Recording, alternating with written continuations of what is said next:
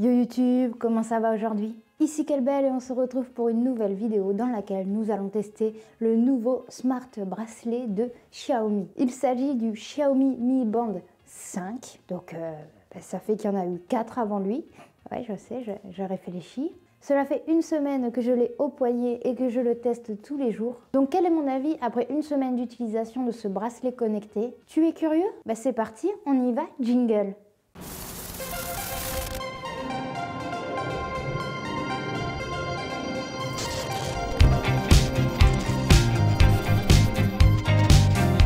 Quand tu vas dans la rubrique bracelet connecté, un peu partout sur internet et en boutique, tu as un choix monstre entre un bracelet et une montre connectée.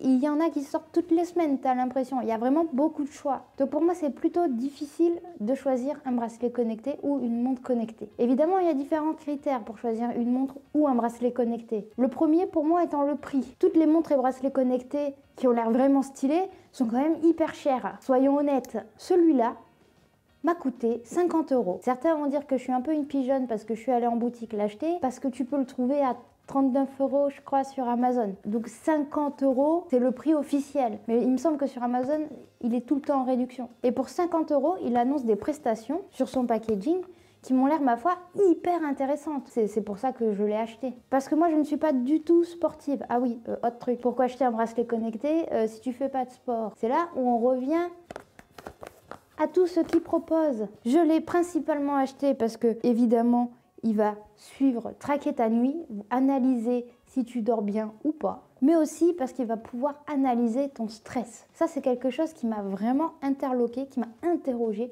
Je suis quelqu'un d'extrêmement stressé. Si tu le sais pas, maintenant tu le sais, mais j'en ai déjà parlé en vidéo. J'ai énormément de stress en moi et du coup, gérer son stress, ça peut être utile et voir son niveau de stress en fonction de certaines situations. Pour moi, c'est de la donnée qui est utile. Je vous montrerai juste après. Le petit ajout majeur que Xiaomi a ajouté dans son bracelet, qui est destiné aux femmes, c'est le suivi des cycles. C'est les 3 principales raisons qui m'ont fait que j'ai acheté ce bracelet. Évidemment, je vous montrerai les différents modes de sport, mais je ne pourrai pas vous donner mon avis dessus, vu que je ne les ai pas testés. On est honnête dès le début, je ne fais pas de sport, je n'ai pas testé, mais je vous montre. Le Smart Band 5 est du coup la 5e version du bracelet connecté de Xiaomi. Et cette version, c'est plutôt une mise à jour des versions d'avant. Par exemple, son écran. Son écran a été amélioré. Il est à 1,1 pouce contre 0,95 pouces pour les autres bracelets. Donc il a légèrement augmenté. Je dois t'avouer que quand je l'ai allumé pour la première fois, j'ai trouvé que les couleurs et l'écran étaient très beaux. Même pour un tout petit truc comme ça, personnellement, je l'ai allumé, je me suis dit « Ah oui, voilà, c'est lisible, tu vois, c'est lumineux. » C'est un bel écran pour une taille aussi petite. Il intègre la technologie AMOLED. Il est donc 20% plus grand que les précédents. Sa résolution est de 126 pixels par 294. L'écran, c'est quand même important. Il faut réussir à lire ce qu'il y a écrit dessus. Surtout que tu peux recevoir des notifications. Et si tu reçois les notifications des messages, tu peux lire les messages. Donc il faut quand même que l'écran ne te bousille pas les yeux. Et pour un petit truc comme ça à 50 €, je trouve que l'écran est très très bien.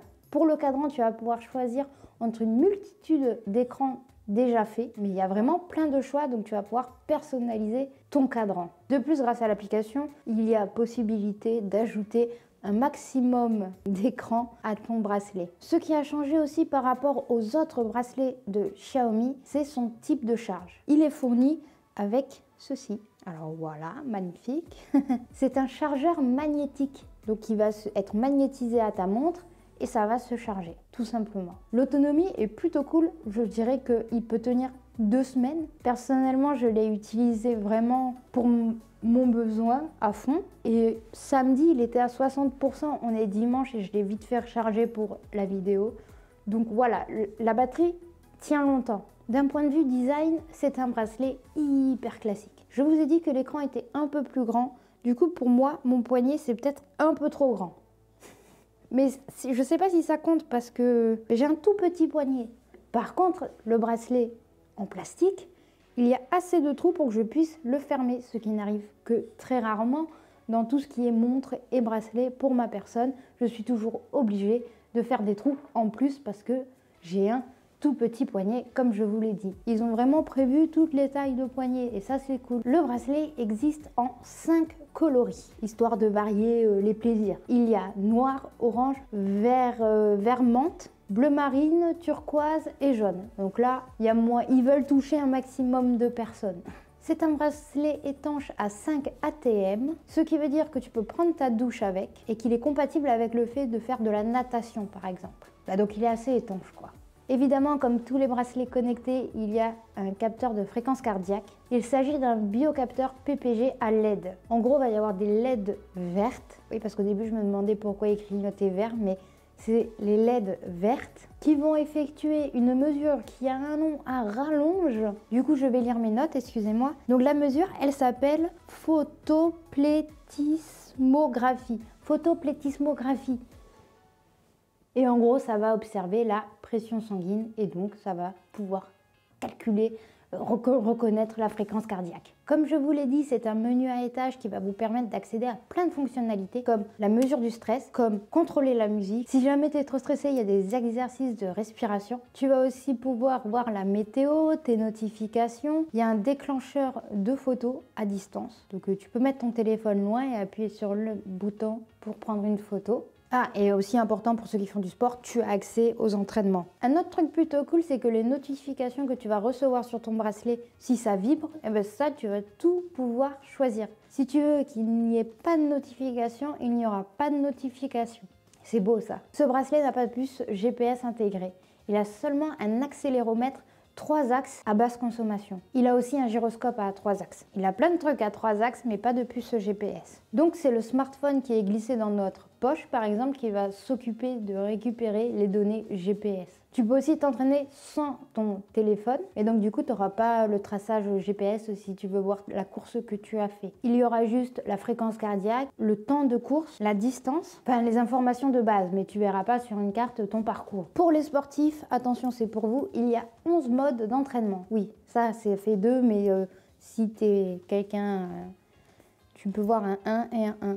C'est donc avec l'application Mi Fit que tu vas pouvoir voir les données que ton bracelet a enregistrées. Bon alors, on peut voir que ma performance d'un point de vue pas est pas folle. Hein. Là, je suis à 1849 pas. Donc, c'est une application quand même très intuitive.